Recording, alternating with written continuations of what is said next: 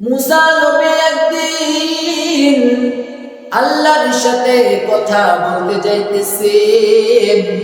তুর পাহাড়ে আল্লাহর সাথে কথা বলবেন। মুসা নবী হাঁটতেছেন। অনেক দূরে যাওয়ার পর দেখে একটা লোক দাঁড়ায় আছে, একটা যুবক দাঁড়ায় আছে। মুসা নবীকে সালাম দিয়ে বলেন, ও মুসা কালিমুল্লাহ, আপনি কোথায় যান? মুসা নবী বলে, আমি আল্লাহর সাথে কথা বলতে যাই। মুসা নবীকে বলে, ও গো নবী আমাদের, আপনি আল্লাহর কাছে বলবেন কি করলে আল্লাহ আমার ধন দৌলত কমাইয়া দেয়। আমার এত ধন দৌলত আমার লাগবে না, আমার একটু কম ধন দৌলত লাগবে। এত টাকা পয়সা লাগবে না, একটু কম কম টাকা লাগবে। আমার এত বাড়ি গাড়ি লাগবে না, একটু কম কম বাড়ি গাড়ি লাগবে। মুসা নবী যুবকের কথা শুনে কিছু দূর এগিয়ে গিয়েছে। যাওয়ার পরে দেখে আরেকটা লোক দাঁড়ায় আছে, তার হাত আছে, পা আছে, পুরো বডিটাই আছে। মুসা নবীকে ডাক দিয়ে বলেন, ও মায়ার নবী আমাদের, ও মুসা কালিমুল্লাহ, আপনি কোথায় যান? মুসা নবী বলে, আমি আল্লাহর সাথে কথা বলতে যাই। বলে, ও গো নবী, আল্লাহ আমাকে এত গরিব কেন বানিয়েছেন? কি করলে ধন দৌলত বাড়বে? কারণ আল্লাহ এমন আমাকে বানিয়েছে, আমার ঘর নাই, বাড়ি নাই, ছেলে মেয়েদেরকে 3 বেলা খাওয়াইতে পারি না। ও গো নবী আমার, আপনি আল্লাহর কাছে বলবেন আমি কি করলে আল্লাহ আমার ধন দৌলত টাকা পয়সা বাড়ায় দেয়। মুসা নবী দ্বিতীয় ব্যক্তির কথা শুনিয়া সামনে এগিয়ে গিয়েছে। যাওয়ার পরে দেখে একটা লোক পড়িয়া আছে, তার হাত নাই, পা নাই, মাজার নিচের টুকু নাই, শুধু উপরের মাথা থেকে মাজা পর্যন্ত আছে, 2টা হাত নেই, পড়িয়া আছে। মুসা নবীকে দেখে সালাম দিয়েছে, আসসালামু আসসালামু আলাইকা ইয়া মুসা কালিমুল্লাহ। ও মুসা আমাদের নবী, আপনি তো আল্লাহর সাথে কথা বলেন। আল্লাহ কেন আমাকে এমন করে বানাইছে? হাত দেই নাই, পা দেই নাই, আমি নিজের হাত দিয়ে কিছু খাইতে পারি না, কেন আমার হাত নাই। আল্লাহ আমাকে পা দেই নাই, আমি কোথাও আমি হাঁটিয়া হাঁটিয়া যাইতে পারি না। ও নবী, আপনি আল্লাহর কাছে যা জিজ্ঞাসা করবেন, ও গো আল্লাহ, আপনি ওই ব্যক্তিটাকে কেন বানিয়েছেন? মুসা নবী 3 ব্যক্তির কাছ থেকে কথা শুনে সামনের দিকে রওনা। মুসা নবী আল্লাহর সাথে তুর পাহাড়ে কথা বলার শেষে মুসা নবীর ওই 3 ব্যক্তির কথা মনে পড়ে গিয়েছে। মুসা নবী আল্লাহর কাছে বলো,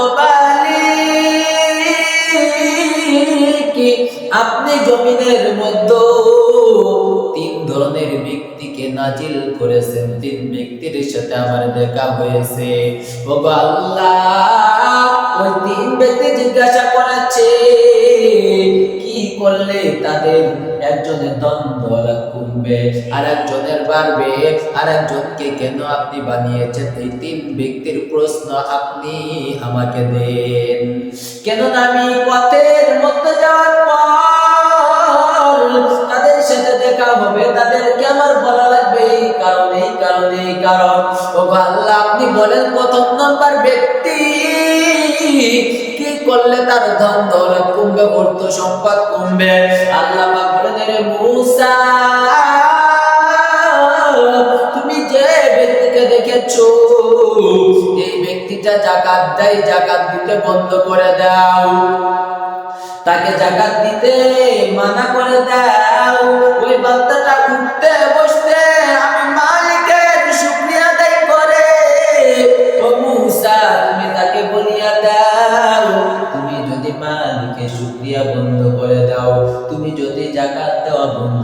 দাও, তুমি যদি গরিবদেরকে খাওয়ানো বন্ধ করে দাও, তাহলে আল্লাহ তোমার ধন দৌলত কমায়া দিবে।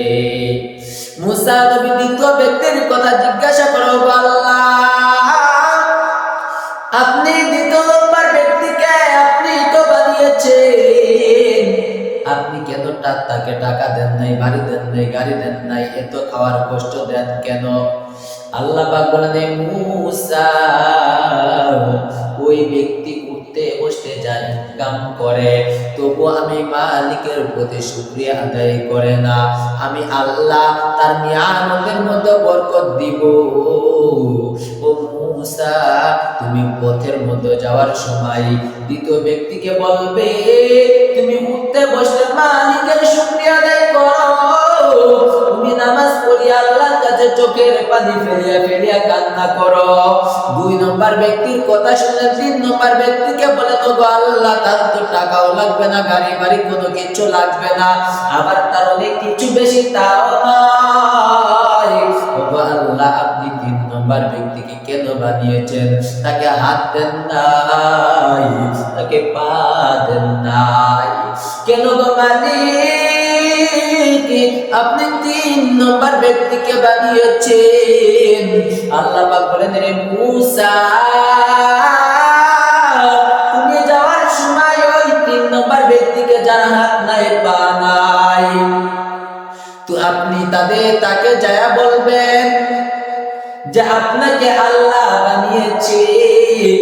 জাহান্নামের একটি ছিদ্র আছে, এই ছিদ্রটা বন্ধ করার জন্য আল্লাহ আপনাকে বানাইছে। মুসা নবী আল্লাহর কাছ থেকে তিনটা প্রশ্নের উত্তর নিয়ে পথের মধ্য দিয়ে আসতেছে। প্রথমে তিন নম্বর ব্যক্তির সাথে দেখা হয়ে গিয়েছে। মুসা নবীকে দেখে ওই তিন নম্বর ব্যক্তি সালাম দিয়েছে, আসসালামু আসসালামু আলাইকা ইয়া মুসা কালিমুল্লাহ। ওগো নবী, আপনাকে যে প্রশ্ন করতে বলেছিলাম, এই প্রশ্নকে আপনি আল্লাহর কাছে বলেছেন। আল্লাহ কি বলেছে আপনি আমাকে সেইটা জানান। মুসা নবী তিন নম্বর ব্যক্তিকে বলে, তোমার হাত নাই পা নাই, তোমাকে আল্লাহ বহু রকমের সৃষ্টি করেছে, এই কারণে জাহান্নামের একটি ছিদ্র আছে, জাহান্নামের একটি ফুটা আছে, ওই ছিদ্রটা বন্ধ করার জন্য আল্লাহ আপনাকে বানিয়েছে।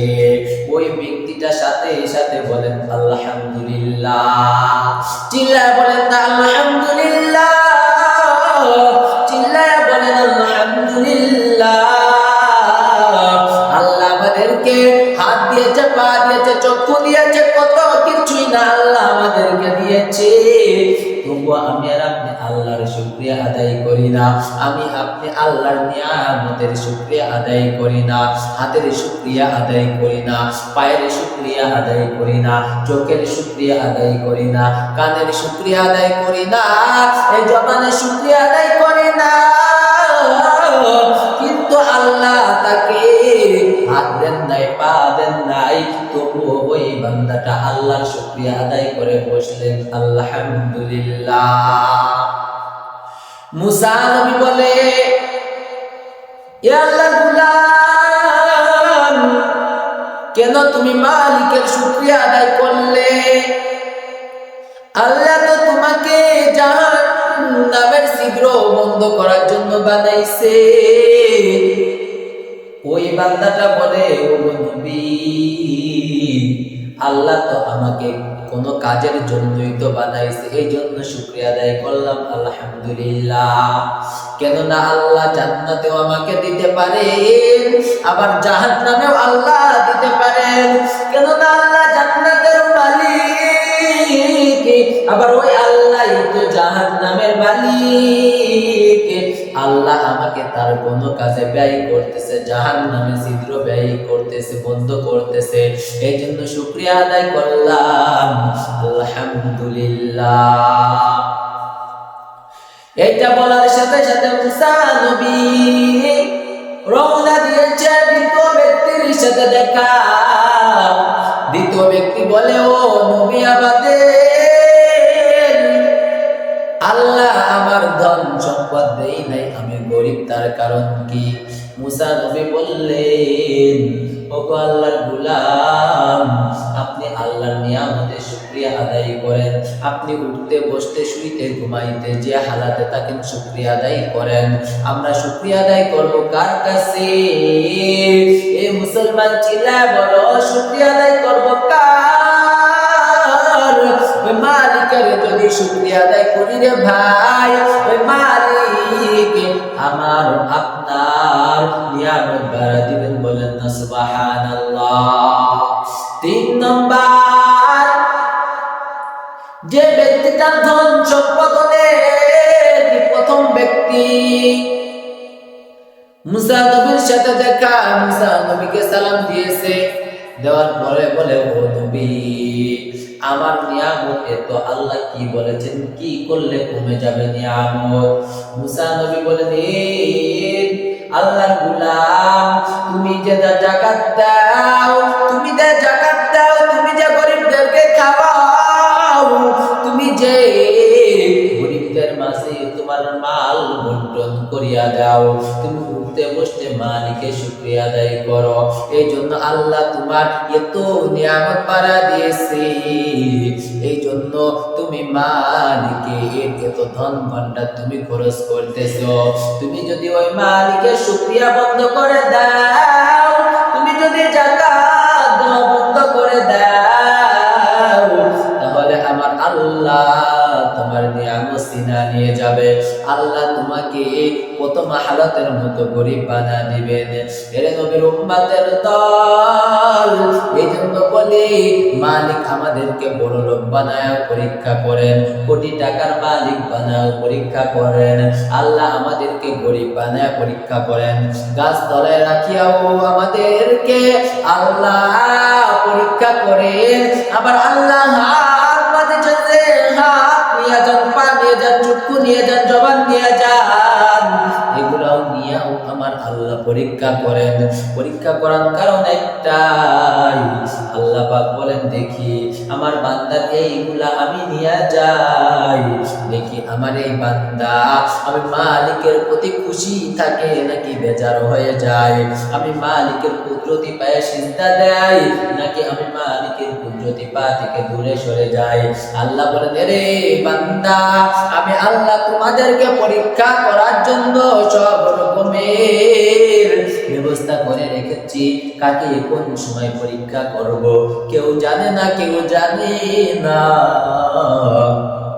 এই জন্য বলে নবীর উম্মতের দল, যে কোনো পরীক্ষার জন্য তোমরা প্রস্তুত আছে তো? দেখি কারা কারা আল্লাহর পরীক্ষা দেওয়ার জন্য প্রস্তুত আছো? নারায়ে তাকবীর, নারায়ে তাকবীর।